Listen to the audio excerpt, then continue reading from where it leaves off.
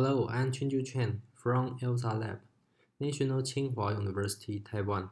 Today, I'm going to present our work, Reducing the Deployment Time Inference Control Costs of Deep Reinforcement Learning Agents via an asymmetric architecture. First, let's talk about the problem we want to solve. Recently, deep neural networks, DNNs combined with reinforcement learning, perform well in a wide range of areas. However, larger DNNs are required to solve more complex tasks, and larger DNNs induce higher computational costs. The high computational costs induced become a problem for mobile robots, which cannot afford high energy consuming computations. So we then ask, can we lower the computational costs while retaining the overall performance? Here is an example that motivated this work. Consider driving a car in these two scenarios, on a road with no other car and on a road full of cars. The driver does the same task, say driving a car. Nonetheless, the effort to drive well and avoid an accident is quite different in these two scenarios. So we suggest that if a task can be decomposed into segments of different levels of complexity, that is, simple segments and hard segments, these segments could be handled by DNNs of different sizes. The small DNN handles the simple scenarios, while the large DNN handles the hard scenarios. In this way, the overall computational costs can be reduced without losing the performance. Here is a primary contribution in this paper. First, we proposed an asymmetric RL architecture that allows the model to flexibly switch between a computationally expensive policy and an economic one. Second, a regularization term is added to the loss function, making the model aware of its computational costs. Here is the architecture of our proposed methodology. To make the model able to flexibly switch between policies of different sizes, we employ hierarchical reinforcement learning framework in our model. Our model consists of two subpolicies, that is, a small one and a large one, and a master policy. At a constant interval, the master policy takes in the current state as its input and determines the next subpolicy to be used. The model then uses the selected subpolicy to interact with the environment for a constant number of time steps, after which the master policy determines the next subpolicy to be used again. The process repeats until the end of an episode.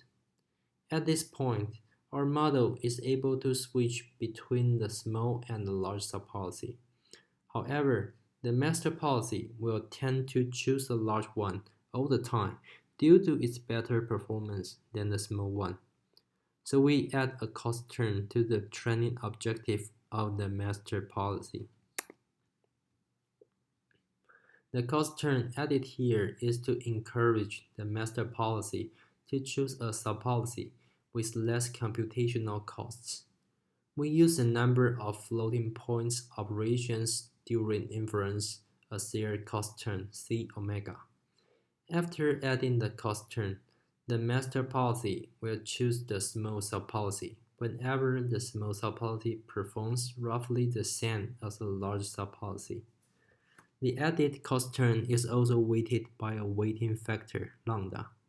The higher the lambda value is, the more likely the master policy will choose the lightweight subpolicy. Here we explain how we choose the lambda value.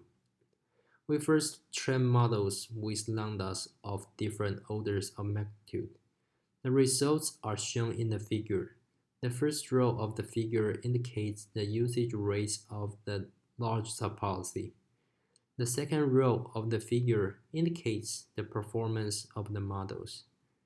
We can see the resulting performance is negatively correlated to the value of lambda.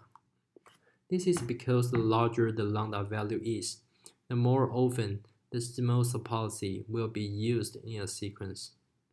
However, there is often a range of lambda, which leads to a lower usage rate of the large subpolicy, and yet comparable performance to the model of high large policy usage rate. For each task in the experiment, we perform a hyperparameter search to find an appropriate value of lambda. We also need to determine the size of the small and the large subpolicies. Both the subpolicies are implemented as multi-layer perceptrons with two layers. Each layer contains the same number of neurons units, which we call N units. We first train a model with N units set to 512 as the criterion model, and then we find the N units for the models which can achieve 30% and 90% of the performance of the criterion model. And we use them as the N units for the small and the large subpolicies respectively. The table shows the N units used in our experiments.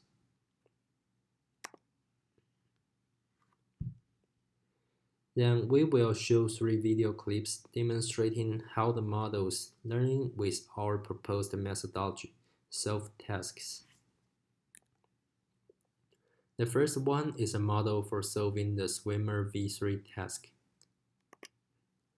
We can see that the swimmer first performs a stroke and then maintains a proper posture to drift for a long distance to reduce the inference costs. The swimmer learns to use the large subpolicy to perform strokes while using the small subpolicy to maintain its posture. One possible reason is that a successful stroke requires lots of delicate changes in each joint, while holding a proper posture for drifting only requires a few joint changes. Then we demonstrate the model for solving the walker stand-up task. The goal of the walker is to stand up and maintain an upright torso. It uses the large subpolicy when the actions change quickly, and uses the small subpolicy otherwise. When the walker reaches a balanced posture, it uses the small subpolicy to maintain its posture. Then we demonstrate the model for solving the fetch, pick, and place V1 task. The goal of the robotic arm is to move the black object to the position of the red ball. It uses the small subpolicy to approach the object, while using the large subpolicy to fetch and move the object. After the demonstration, we show a comparison of our model with 3 baselines. The first one is the model trained with typical DRL method, which we call pi-fit. The second and the third one use different knowledge distillation method. A trained large policy serves as the teacher model that distills its policy to an economic policy, which has smaller size. We use 2 kinds of distillation methods, that's behavior cloning, which we call BC, and generative adversarial imitation learning, which we call GAL. We compare the performance of our model with the other models in this table. The large-only model is a computationally expensive model. It also serves as the teacher model to distill its policy to the GAL and BC model. Note that our model and the baseline models have the same computational cost level. From the table, we see our model outperforms all the 3 baselines, and our model's performance is even close to that of the large-only model. To take a closer look into the stability of our methodology, we show a relation between performance and costs in this figure. The performance and the costs are normalized according to the performance and the costs of the large-only policy. The x-axis is the scaled inference costs, while the y-axis is the scaled performance. Each dot in the figure represents a rollout of an episode. We see that the dots in Swimmer V3 and Walker Stand tasks are centralized on the top middle or the top left of the graph, meaning the models are able to reduce the inference costs while retaining their performances for most episodes.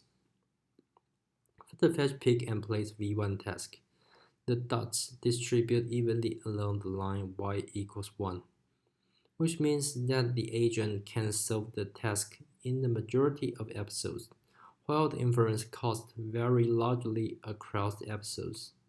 This phenomenon is mainly caused by the varying starting position of the robotic arms, the objects, and the targets in different episodes. Since our model only uses the large policy to fetch and move the object to the target position.